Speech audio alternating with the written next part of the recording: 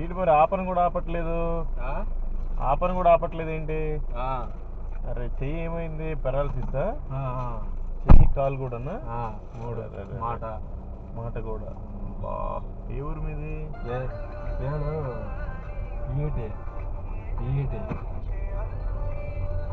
PET అంటే PET kabaddi. PT okay. ఏ ఊరు మీది? మాట ఎప్పుడో. సరే మీది అసలు ఏ ఊరు? ఇదేనా? ఓకే. మీ పేరేంటి? పేరు